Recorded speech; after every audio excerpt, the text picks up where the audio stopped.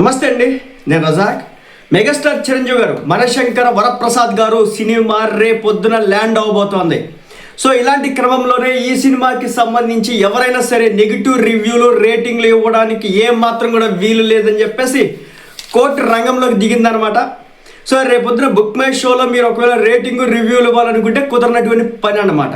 కొంతమంది పని కట్టుకొని, కొన్ని పిఆర్ ఏజెన్సీలు పని కట్టుకొని మెగాస్టార్ చిరంజీవి గారి మీద కొన్ని ఎటకారపు రాతలు, ఎటకారపు రివ్యూలు, కారు కూతలు ఎవరైతే కుయ్యాలని అనుకుంటారో వాళ్ళందరికీ కూడా ముఖం పగలగొట్టేలాగా ఈ రోజున కోర్టు అయితే చెప్పడం అయితే జరిగింది. దీంతో మీరు గమనించినట్లయితే బుక్ మై షోలో ఎక్కడ కూడా ఈ సినిమాకి సంబంధించి రివ్యూలు కావచ్చు, రేటింగ్లు కావచ్చు మీకు ఎక్కడ కూడా కనిపించవు అనమాట. ఈ షోలోకి వెళితే మెగాస్టార్ చిరంజీవి గారు నటించినటువంటి మనశంకర వరప్రసాద్ గారు సినిమాకి సంబంధించి ఆన్లైన్ టికెటింగ్ పోర్టల్స్లో రేటింగ్లు రివ్యూలు నిలిపారని కోర్టు ఆదేశాలు జారీ చేసింది. ఈ మేరకు బుక్ మై షో తమ పోర్టల్లో పేర్కొంది. సినిమా చూసినటువంటి ప్రేక్షకులతో పాటు కొందరు బాట్లను ఉపయోగించి నకిలీ రేటింగ్లు ఇస్తున్నట్లు గుర్తించారు. దీన్ని కట్టడి చేసేందుకు 2 సంస్థలు అయితే రంగంలోకి దిగడం అయితే జరిగిందనమాట. సో అర్థమవుతుంది కదా, 2 సంస్థలు అయితే రంగంలోకి దిగినాయి. ఇక నుంచి బాట్స్ ఉపయోగించి ఆన్లైన్ పోర్టల్లో ఎవరు కూడా ఫేక్ రివ్యూలు ఇవ్వడం కుదరదు. అలా ఎవరైనా ప్రయత్నం చేస్తే నేరం అవుతుందని చెప్పేసి చెప్పడం అయితే జరుగుతూ ఉంది. మెగాస్టార్ చిరంజీవి గారు దీన్ని బట్టి చాలా మంచి నిర్ణయం తీసుకున్నారని చెప్పవచ్చు. ఎందుకంటే ఈ రోజున ఆయన మీద వయసుకు కూడా గౌరవం ఇవ్వకుండా తెలుగు సినిమా పరిశ్రమని దాదాపు 40 సంవత్సరాల పాటు ఏకఛత్రాధిపత్యం వహించినటువంటి వ్యక్తికి కూడా గౌరవం ఇవ్వకుండా, ఒక శిఖరానికి కూడా రెస్పెక్ట్ చేయకుండా ఇష్టం వచ్చినట్టుగా అడ్డగోలుగా కారుకుతలు కూసే విధంగా పోస్టులు పెడతా ఉంటే ఎంతకాలం క్షమించాలి, ఎంతకాలం వదిలేయాలి? ఇంకా వదలకూడదు.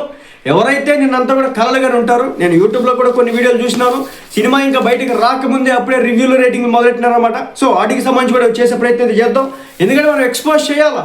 సో ఇది ఎలాంటి పరిస్థితే మిగిలిన యాక్టర్లు, మన బాలయ్యబాబు సినిమాకి కావచ్చు, నాగార్జున గారి సినిమాకి కావచ్చు, ప్రభాస్ గారి సినిమాకి కావచ్చు, ఎన్టీఆర్ గారి సినిమాకి కావచ్చు, ఎవరి సినిమాకైనా రివ్యూలు రేటింగ్లు అడ్డగోలుగా ఇస్తారంటే, బాట్లు ఉపయోగించి రాతలు రాస్తానంటే తప్పనిసరిగా వాళ్ళందరి మీద కంట్రోల్ తీసుకునే దిశగా ఈ రోజున మెగాస్టార్ చిరంజీవి గారు ఎలాంటిదైతే నిర్ణయం తీసుకున్నారో అలా తీసుకుంటే బాగుంటుంది అనమాట. ఇక నుంచి బాట్స్ ఉపయోగించి ఆన్లైన్ పోర్టల్లో ఎవరు కూడా ఫేక్ రివ్యూలు ఇవ్వడం కుదరద్దు. శభాష్. ఇలా ఎవరైనా ప్రయత్నం చేస్తే నేరం అవుతుంది. తెలుగు సినీ పరిశ్రమలో ఇక సరికొత్త అధ్యయనానికి శ్రీకారం చుట్టినట్టు తెలుస్తోంది. సినిమాలపై కుట్రపూరితంగా జరిగే నెగిటివ్ రేటింగ్స్, ఫేక్ రివ్యూలకు ఇక నుంచి చెక్ పడనుంది. కోర్టు ఆదేశాల ప్రకారం మనశంకర వరప్రసాద్ గారు మూవీకి ఆన్లైన్ టికెటింగ్ ప్లాట్ఫామ్స్లో రివ్యూలు, రేటింగ్స్ చట్టబద్ధంగా నిలిపివేయబడ్డాయి. అర్థమైంది కదా, అది డిజిటల్ మ్యానిపులేషన్ ఎండ్స్ హియర్. ఇక్కడ నుంచి ఏదైతే డిజిటల్ మీడియంస్లో మ్యానిపులేషన్ జరుగుతూ ఉందో, మంచి సినిమాని కూడా చంపే దానిలో భాగంగా నెగిటివ్ రివ్యూలు, ఫేక్ రివ్యూలు ఇస్తూ ఉన్నారో, అనవసరమైనటువంటి వీడియోలు తీసి సర్క్యులేట్ చేస్తూ ఉన్నారో, వాటన్నిటిని కంట్రోల్ చేసే దానిలో భాగంగా ఈ రోజున కోర్టు ఒక సంచలనమైన నిర్ణయం తీసుకోవడం జరుగుతుంది అనమాట. సో దీని అన్నిటికి కారణం ఏంటంటే, సినిమాలకు ఫేక్ రివ్యూలు ఇవ్వడం కారణంగా మీకు చెప్తే ఆశ్చర్యపోతారు. కొన్ని పోర్టల్స్లో అయితే డబ్బులు ఇస్తే రేటింగ్స్ పెరుగుతున్నాయంట, డబ్బులు ఇస్తే రివ్యూస్ పెరుగుతున్నాయంట, డబ్బులు ఇస్తే స్టార్స్ పెరుగుతున్నాయంట, డబ్బులు ఇస్తే అక్కడ ఏదైనా జరిగిపోతుందంట. ఇది నేను చెప్తున్న మాట కాదు, అక్షరాల ప్రొడ్యూసర్స్ చెప్తున్నటువంటి మాట. కొన్ని కోట్లు ఖర్చు పెడితేనో, లేదంటే కొన్ని లక్షలు ఖర్చు పెడితే కొన్ని రోజుల పాటు ఆ వెబ్సైట్లో రివ్యూస్, రేటింగ్స్ ఏవైతే ఉన్నాయో అవి సడన్గా పెరిగిపోతున్నటువంటి పరిస్థితి. అంటే 2 సినిమాలు వస్తాయి అనుకోండి, 2 పెద్ద హీరోల సినిమాలు. ఉదాహరణ చెప్తా, మన బాలయ్యబాబు గారి సినిమా ఒకటి వస్తుంది, చిరంజీవి గారి సినిమా ఒకటి వస్తుంది.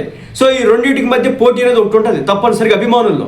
అలాంటి క్రమంలో ఏం జరిగిద్దంటే, మరి అభిమానుల ఒత్తిడి మేరకి ప్రొడ్యూసర్లు కావచ్చు, ఆ మూవీకి సంబంధించిన టీం కావచ్చు, వీళ్ళంతా ఏం చేస్తున్నారంటే, మా సినిమా ఎత్తులో ఉండాలంటే మా సినిమా రివ్యూస్ పరంగా ఎక్కువగా ఉండాలని, మా సినిమా రేటింగ్స్ పరంగా ఎక్కువగా ఉండాలని పోటీకి పడిపోయి ఏం చేస్తూ ఉన్నారంటే, చివరాఖరికి సినిమాకి సంబంధించి ఈ రేటింగ్స్ పెంచుకునే దానిలో భాగంగా ఆ సదరు వెబ్సైట్ ఏదైతే ఉందో దానికి డబ్బులు ఇచ్చి ఈ రేటింగ్స్ వేయిస్తున్నటువంటి పరిస్థితి.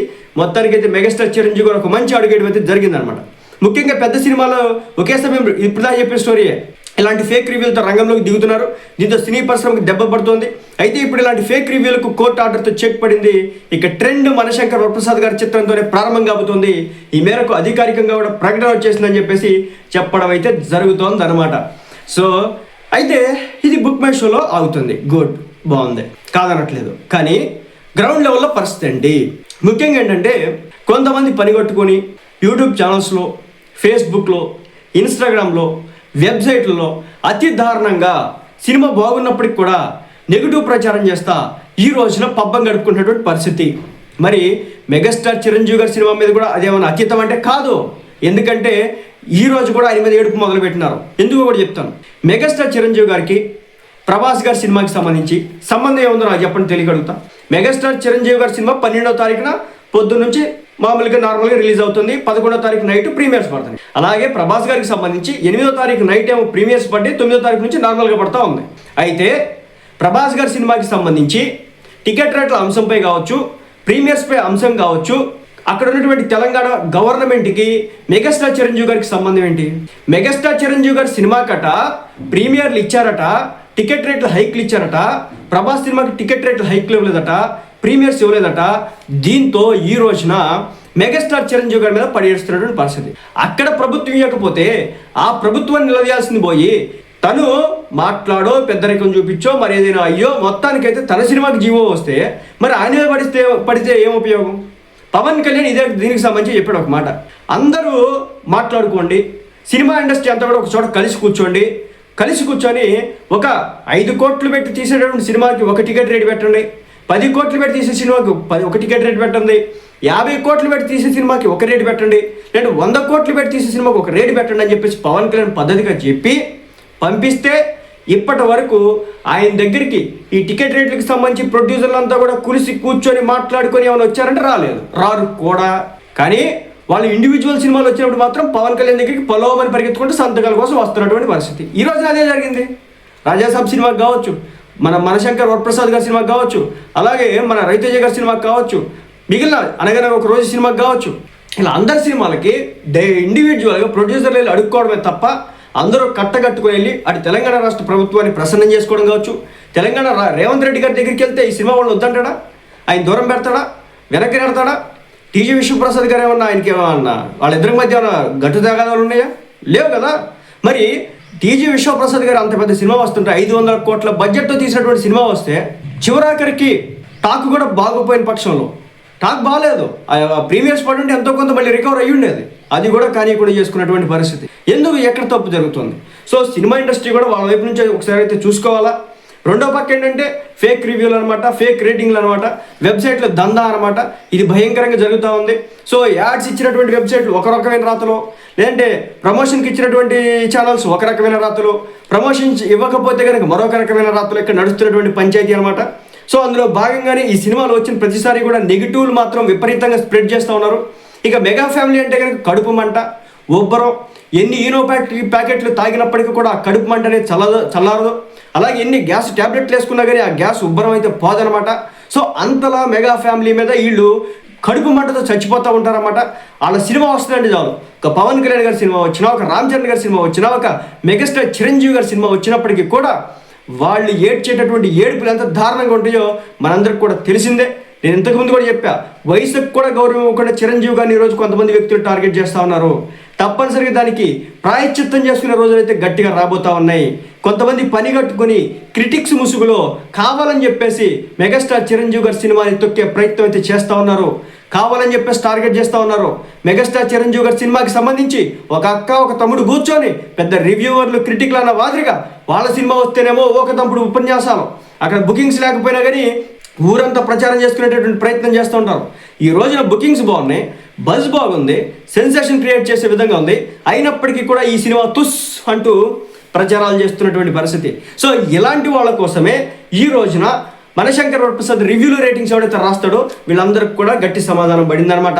ఇక యూట్యూబ్ ఛానల్స్, వెబ్సైట్ల మీద కూడా ఇలాంటి చర్యలు తీసుకోవాల్సినటువంటి టైం రాబోతోంది. అది జూనియర్ ఎన్టీఆర్ గారి సినిమానా, బాలయ్యబాబు గారి సినిమానా కాదు, ఎవరి సినిమా వచ్చినా అతి దారుణంగా నెగిటివ్ రివ్యూలు ఇస్తూ ఉన్నారు.